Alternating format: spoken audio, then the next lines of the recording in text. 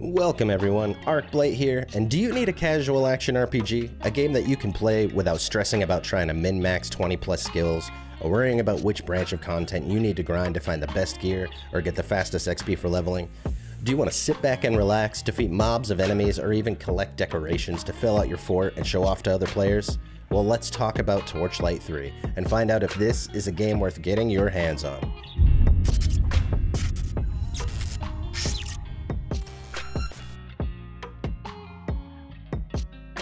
If you enjoy this type of content, feel free to drop me a like and hack away at that subscribe button if you want to see more content like this in the future.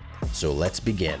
Torchlight 3 is an action RPG developed by American studio echtra and published by Perfect World Entertainment. You can get this game for PC, PlayStation 4, Xbox One, and even the Nintendo Switch. As the title gives away, Torchlight 3 is the third installment of the series, but tends to not show up on a lot of people's radar. People are constantly mentioning that they had no idea Torchlight 3 even existed, even though it was released in October of 2020. Initially, the game started off branded as Torchlight Frontiers, and it was more focused on being an MMO-inspired type of game, but over time, playtesters and the developers decided to scrap that idea and get things back to a more traditional action RPG style. That is all I'll say about Frontiers, since it was a failed concept and it's not the game we have today. So starting off, you create a character. Shocking, right? You have options between choosing a Dusk Mage, allowing you to cast spells within the powers of light and darkness, a Forge, which is a robotic class that utilizes building up heat to cast abilities, which in turn builds up steam that allows the casting of even more powerful abilities, a Railmaster, who can summon a train that can have different carts attached to it that will follow you around and attack enemies, amongst having many other attack skills or defensive skills to choose from. And finally, you have the Sharpshooter, who specializes in using ranged weapons and also summoning allies to help in a fight. The storyline is rather straightforward and simple in its depth. I won't ruin any of its lore here, but just know that it's not the most interesting storyline ever told, and the cinematics to the game are basically voiced over still shots. It's not a terrible story by any means, it's just not amazing. To be fair though, I don't think many people care too much about having this epic storyline and a loot-focused dungeon crawler, but for those that do care, I just wanted to give a heads up on that fact. A cool thing about the Torchlight games that also continues in Torchlight 3 is that you get to have a pet that follows you around. The pet is actually utilized really well, allowing it to have its own inventory for holding gear and even running off to town to sell those items that's in its inventory while you are still exploring and battling enemies. There are many different types of pets, ranging from cats and dogs to pixies and dragonlings, and even ranging in their rarity. Pets also have 3 gear slots for adding more stats to them and helping make sure that they don't die as easily while they're accompanying you out on your battles, and they can unlock up to 4 ability slots, which allows you to choose buffs or skills to benefit your playstyle. As far as gear in the game, it has the similar rarity tiers you see in other looter games, ranging from common, magic, rare, and legendary. Legendary gear has abilities, special buffs, or even special effects, typically unique to each piece. Sub-legendaries also belong to a set that gives additional benefits if you have multiple pieces of the set equipped. Also, with every legendary that you acquire, you will unlock its special effect for your Legendarium, which is a special tab that you have that will allow you to equip up to 3 different legendary effects, saving you from having to equip those specific pieces of gear onto your character. With your skills, each class has 3 tabs or trees specific to them, and an additional tree that is based on what relic was chosen. When you create a character, you will have 5 relics to choose from that offer different types of skills and abilities to utilize. You can get a relic that poisons and summons poisonous spiders, a relic that uses elemental attacks and skills, and so on. You can focus on any tree that you like, and you can add in more skills from any other tree. Usually you will end up with 6 or 7 skills that you can fully invest in, but that all depends on how you want to build your character. As you play through the game, you can acquire materials from cutting down trees and mining stone and metals. You can use these to craft decorations and such in your fort, which is your own personal base. In your base is where you'll have access to respeccing your skills, using a device for transmogging your gear into different styles and colors, and even accessing the Fazeer dungeon. The Fazeer dungeon is the endgame, and I'll talk about that a little bit more later on. You have full control on the placement of these devices and structures, as well as adding other decorations such as flooring, trees, fences, and so much more. You can plant a seed early on that a quest gives you, which allows a luck tree to grow. With this tree, you can sacrifice items to the tree, which will progress its bar. Higher rarity items will yield larger chunks of this progression, and each level that you get will make your tree larger and increase your overall luck for finding loot. You also have contracts that you can select that unlock gear, decorations, materials, and so on each time you progress to the next level. You gain contract points from elite and legendary enemies as well as from bosses. Periodically, you will even get special contracts for holiday events, which will go away after an allotted amount of time. In the game, there are 3 acts similar to other acts or towns in other action RPGs such as Diablo and Path of Exile. You work through zones, finding waypoints that you can teleport to and from. Each main zone has around 3 or so inner locations that you travel to, and then you fight your way through the map and fight a big boss at the end, at least typically. After beating a boss, you usually get to open a random pet carrier, giving you a new random pet, and then a boss chest filled with loot. You then teleport out of that zone and continue on your quests, which usually have you returning to town for a turn-in and heading back out into another zone. This gameplay loop is basically the game as a whole. Travel to a map, fight a boss, get loot, continue on. At the end of each act, there will be a larger boss fight that is much more difficult than the previous bosses in the act.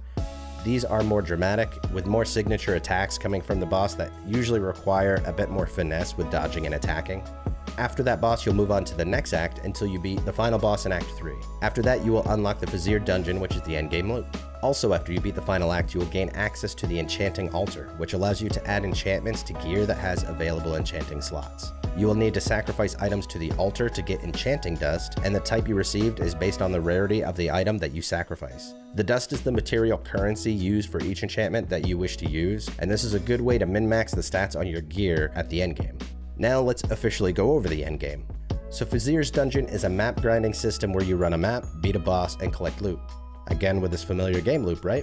The difference here is that you select Fazeer from wherever you decided to place him in your fort. He will give you challenge levels to pick from, and as you beat each level, you will unlock the next challenge level, which increases the difficulty and loot rewards. When a challenge level is selected, you then get 3 card options to pick from. Each card will list a buff and debuff to the map, allowing you to select the best option for your preferences. You then complete the map with these modifiers, and upon successful completion, you will unlock the next level, and it keeps progressing like this. Every few levels, you can pick between 3 bosses to do a big boss fight instead of a map clear. It's simple, progressive, and rewarding, while also being challenging at times too. So that covers the basics of what Torchlight 3 offers, and now I'll share my overall opinions of the game. I think Torchlight 3 is a very decent action RPG. I don't regret buying it, and on many occasions, I do feel the urge to play, and I enjoy what time I invest in it. It's very simple overall, especially when compared to other action RPGs like Path of Exile or Last Epoch.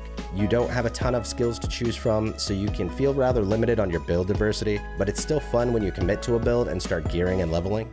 I wish there was more skills in the game, especially where it felt like Torchlight 2 had so many more skills to pick between, but it does well with what it offers. And the gameplay loop I have a love-hate relationship with.